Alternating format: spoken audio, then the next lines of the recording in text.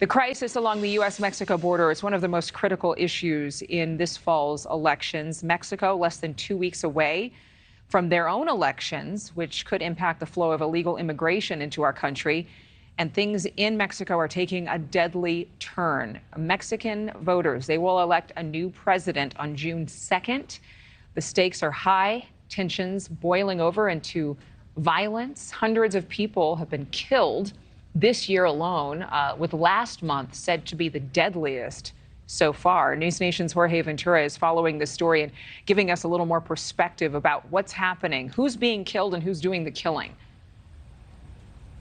Well, good morning, Adrian. So as we get closer to Mexico's election, the country is coming to grips with a disturbing surge in violence. So far, nearly 200 politically motivated killings have occurred in the country. And this new cartel violence, well, it's nothing new to Mexico, but the bloodshed has spiked dramatically ahead of the election. We are learning right now, according to government data, that April was the most lethal month in Mexico with many candidates targeted. Among the 200 victims, about 20 candidates have been killed in 2024 alone.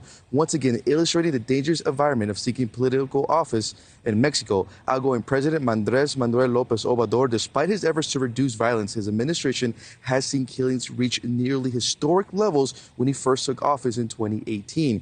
Cartels are not only fighting for drug trafficking routes, but also control of other criminal enterprises such as extortion, particularly near Chiapas, one of the most affected states. Just this weekend, authorities confirmed attacks against 2 candidates that left 9 people dead. These bursts of violence are particularly common before elections, especially in local races. According to local Mexican media, nearly 200 politically motivated killings have happened this year, with threats, attacks, and kidnappings on the rise. Between the most violent states, that's going to be registered as Chiapas, along with Guerrero and Michoacan, in the heart of cartel warfare. The increased violence in Chiapas has put President Obrador in a difficult position during his visit in the state meeting with Guatemalan President Bernardo Arevalo. The spike in violence underscored his administration's struggle to confront the cartel's violence and downplay the current situation. Last year, Adrian actually sat down with an exclusive interview with the mayor of Tijuana, who was actually receiving so many cartel threats. She's actually serving the rest of her term in the military barracks and still serving in those barracks until this day, Adrian.